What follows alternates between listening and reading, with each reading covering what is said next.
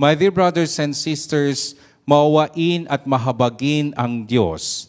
Mahalaga ang bawat isa sa Kanya. Sinasabi nga ng Psalm 8, "What is man that you are mindful of him?" Ito ang diwa ng ating ebanghelyo ngayong araw. Today, Jesus shares two parables, the lost sheep and the lost coin. Both parables emphasize that God rejoices over the return of a sinner, demonstrating His boundless love and mercy.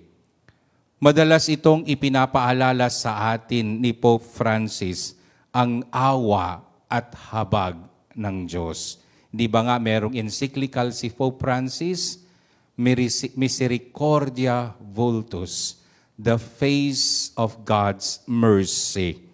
God, sabi niya, never tires of forgiving us. We are the ones who tire of seeking mercy. My dear brothers and sisters, sa unang parabola, iniwanan ng pastol ang 99 na tupa upang hanapin ang isang nawawala. Base sa human standard and calculations, illogical ang ginawa ng pastol. Meron kang 99 na tupa, iiwanan mo? Para sa isa? No. Ito yung human standard natin. Pero, iba ang standard ng Panginoong Hesukristo. Bakit ipagsapalaran ang 99 na tupa para sa isang nawawala? Simple lamang ang gusto ng Panginoong Hesukristo sa Ebanghelyo na bawat tao mahalaga. No matter who we are, no matter how we are in our life. Ipinapakita ni Jesus that each person is irreplaceable in the eyes of God. Every individual, no matter how lost or far away, has immense value. Ang tinitingnan ng Diyos ay yung dignidad ng tao. Kahit paulit-ulit kang magkasala, kahit paulit-ulit kang lumayo sa Diyos, there is a spark of hope na tinitingnan ng Diyos na ikaw ay babalik at babalik sa Kanya. Sinabi ni Pope Benedict XVI that God sees a soul worth saving in everyone, even in those who seem farthest away from Him.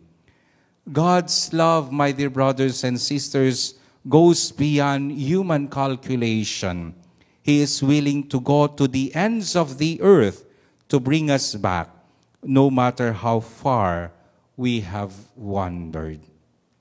Tungkol naman sa nawawalang kusing ang pangalawang parabola, hinalughog ng babae ang buong bahay hanggang sa mahanap niya ang nawawalang kusing.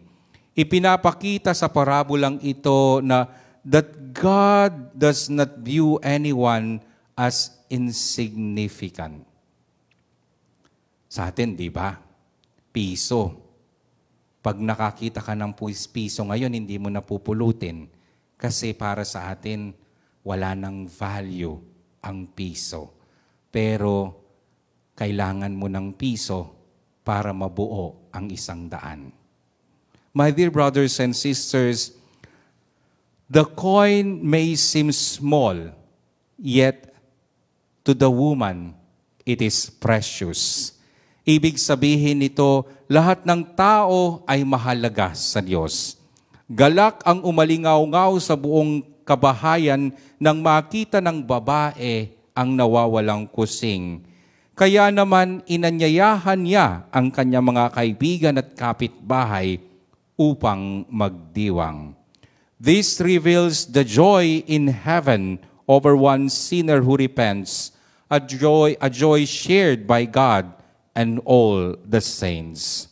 My dear brothers and sisters, tulad ng pastol at ng babae sa talinghaga, patuloy tayong hinahanap ng Diyos. Hindi kailanman nasiraan ng loob sa ating mga pagkakamali o kabiguan.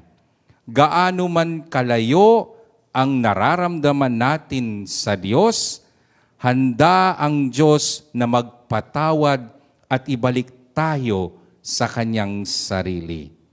There is this saying, kinakatagpo tayo ng Diyos kung saan man tayo naroroon, kung saan man tayo nalugmok sa buhay. Ito ang ginawa ng Diyos nang magtago sina Adan at Eva. Hinanap ng Diyos sila. Madalas sa atin, di ba, sa ating buhay, tayo ang naghahanap sa Diyos. Pero in reality, God searches us.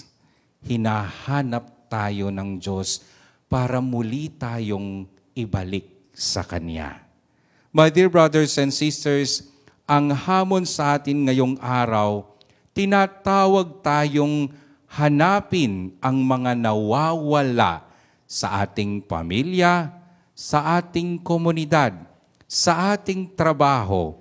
Hinihimok tayo ni Pope Francis na go out to the margins upang hanapin ang mga nakararamdam na sila ay di tanggap ng lipunan o kaya hindi sila minamahal ng kanilang pamilya, mga kaibigan, at dalhin sila sa liwanag ni Kristo para maranasan at maramdaman nila ang pagmamahal at awa ng Diyos. Kung paanong nagalak ang Diyos sa ating pagbalik loob, tayo rin dapat ay tinatawag upang ipagdiwang ang pagbabalik loob ng iba. When someone in our life has made a mistakes and desires to change, let us be like the shepherd and the woman in the parable in today's gospel, ready to welcome them with joy rather than with judgment in our heart. My dear brothers and sisters, today, God is searching for us, longing for our return.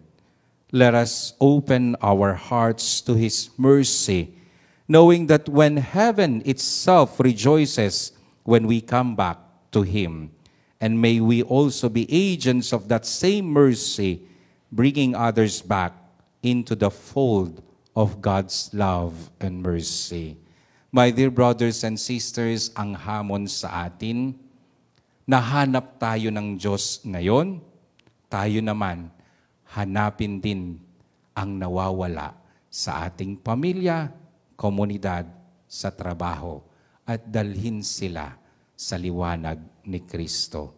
My dear brothers and sisters, may you be agents of God in this world, searching for the least, the last, and the lost in our society.